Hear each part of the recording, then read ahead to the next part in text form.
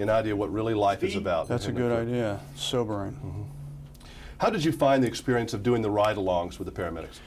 I found it terrifying and depressing. I saw more things in some places than I did in others, but sometimes nothing will happen, you know, and then it's like a microcosm of life, and you think you're invincible, and this is the way life really is, and then you get a horrible thing that happens, and you realize that that's the reality of the situation. You can really understand why some politicians are getting crazy about health care in this country. When you go to the emergency rooms and things like that, it's pretty third worldish sometimes. Sometimes, not all the time though. I wouldn't want to totally send that message out there. Some big cities have it rough though. Yeah, that's probably true.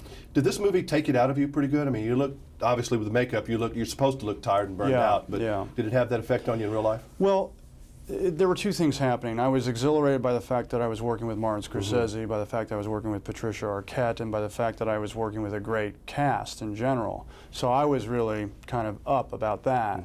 But yeah, the fact that we were on the movie for 5 months, all nights pretty much, was intense. And then I was flying home every weekend to be with my kid, and then flying back. So that added to the sort of the exhaustion. What would you say that this movie is about redemption? I guess I would think a little bit, right?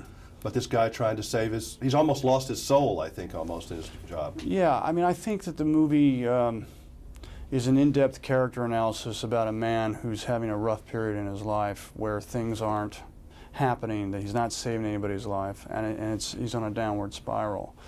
But there is that moment, without giving away the ending, that sort of liberates him. Did I hear that you almost needed the paramedics the other day on some shoot you were doing? Yeah, or was that taken out of context? That is taken somewhat out of context. I don't know where that came from. I was first aware of that story yesterday. I really, to be honest with you, It said you were caught, you were doing some stunt and the thing, got too much fire around the thing or something. No. That really wasn't the case? That didn't happen. Well, you always wonder, isn't it amazing how stories like that get out? Yes, and then it gets in the press, and then it gets out, and then it becomes true. Well, I hope it doesn't become true. Oh, no, I mean, it doesn't become just whatever true. The, Right, yeah.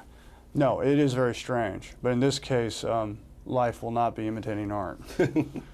How do you sit down every year, like coming up in the Y2K millennium here, where a lot of people are going to be doing a lot of soul searching? Do you do that once a year when you take a look at your life and say, all right, this is where I am and this is where I'm going? Not consciously, and not as a sort of a New Year's resolution thing. I remember once, about 5 years ago, I said I want to be in the best shape of my life in my 30s, and I worked hard to get there. You certainly did that. Thanks. But I haven't really made that kind of decision about anything else lately. Do you try just to enjoy the moment sometimes, which is very hard for some people to do? I'm really working on getting good at that, and the problem is it is only a moment, and I have to catch these moments in between, you know, a fairly hectic schedule. But that means that the moment that I'm going for has to be loaded with some kind of excitement or some kind of relaxation. Well, you're certainly having a great career. Thank you. That. Fun to watch. Thanks a lot. Thank you. All right. Yeah, that is hard to do when your life is moving so fast. I was noticing I just turned